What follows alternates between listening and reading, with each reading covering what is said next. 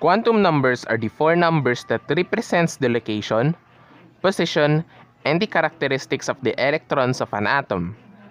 But before we talk about the quantum numbers, let's learn about electron configuration. Electron configuration is the written representation of the locations of the electrons in an atom and their orbitals. An orbital is an estimated area where electrons are placed. There are four types of orbitals: S, P, D, and F. S orbital can have 2 electrons or a pair of electrons, P with 6 or 3 pairs, D with 10 or 5 pairs, and F with 14 or 7 pairs. Let's use the element oxygen as an example. There are several ways to find its electron configuration. Let's use my method. Using oxygen's atomic number, 8, this tells me how many electrons do I need to fill in each orbitals. Filling up these orbitals follows the Aufbau's principle, Hund's rule, and Pauli's exclusion principle. Aufbau's principle states that electrons fill the lowest energy orbitals, or from 1s, up to the strongest, or 7d. In the following arrangement, the number beside the orbitals represent the energy level of the orbital, and its exponent basically states the maximum number of electrons that that orbital can take. Notice also two things. The higher the energy level, more orbitals are accommodated, and the order of filling up follows a fancy zigzag pattern. Starting from 1s, we give 2 to the orbital, same goes with 2s, and then we stop at the 2p. Notice that we only have 4 electrons left, and it is not enough to completely fill this orbital and the rest of the orbitals. This is our last electron, or the valence electron, so we just write 2p4. To better state the Pauli's exclusion principle and Hund's rule, let's represent the orbital of the last electron in a diagram. Pauli's exclusion principle simply states that no 2 electrons in a blank must be the same. In other words, it shouldn't look like this. Rather, like this.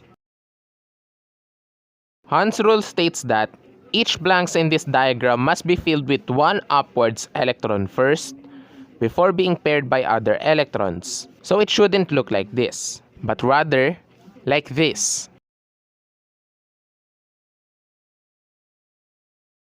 Search the electron configuration of oxygen in Google, or take the electron configuration from your periodic table if it provided one.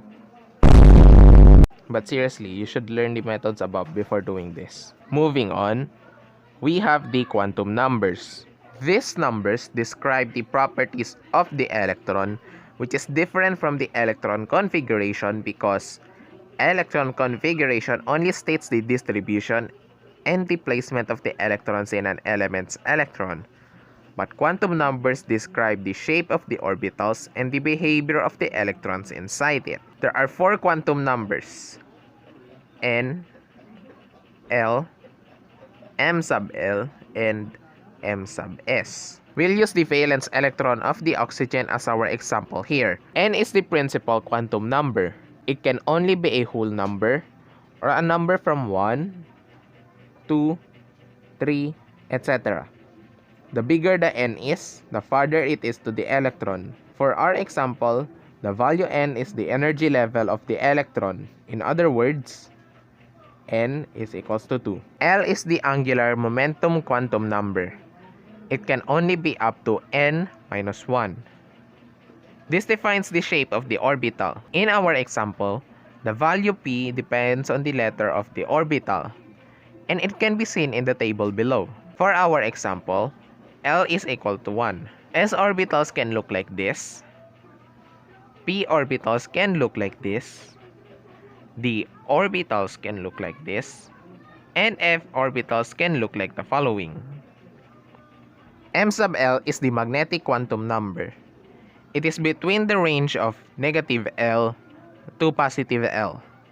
But to find the specific value of M sub L, we'll need the orbital diagram.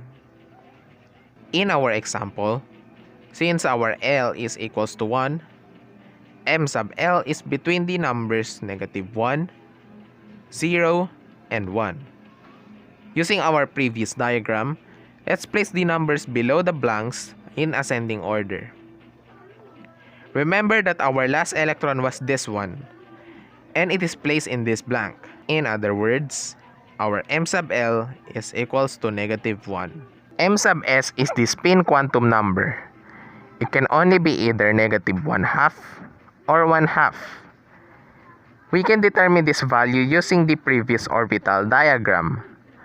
Going back to the last electron placed in the diagram, it is pointed downwards. In other words, M sub S is equals to -1/2. Otherwise, if it is pointed upwards, it would be +1/2. Aside from determining the other quantum numbers, the orbital diagram can also determine whether an element is paramagnetic or diamagnetic. Paramagnetic elements have at least an unpaired electron. These elements are attracted to magnets. On the other hand, diamagnetic elements have all of its electrons paired. These elements aren't attracted to magnets. In our element oxygen, because there are 2 unpaired electrons, it is considered to be paramagnetic. Quantum numbers and electron configuration are pretty much easy to understand. If you still happen to not understand the concept, feel free to go back from the very beginning to some other segments in my video. Thank you for watching in this video.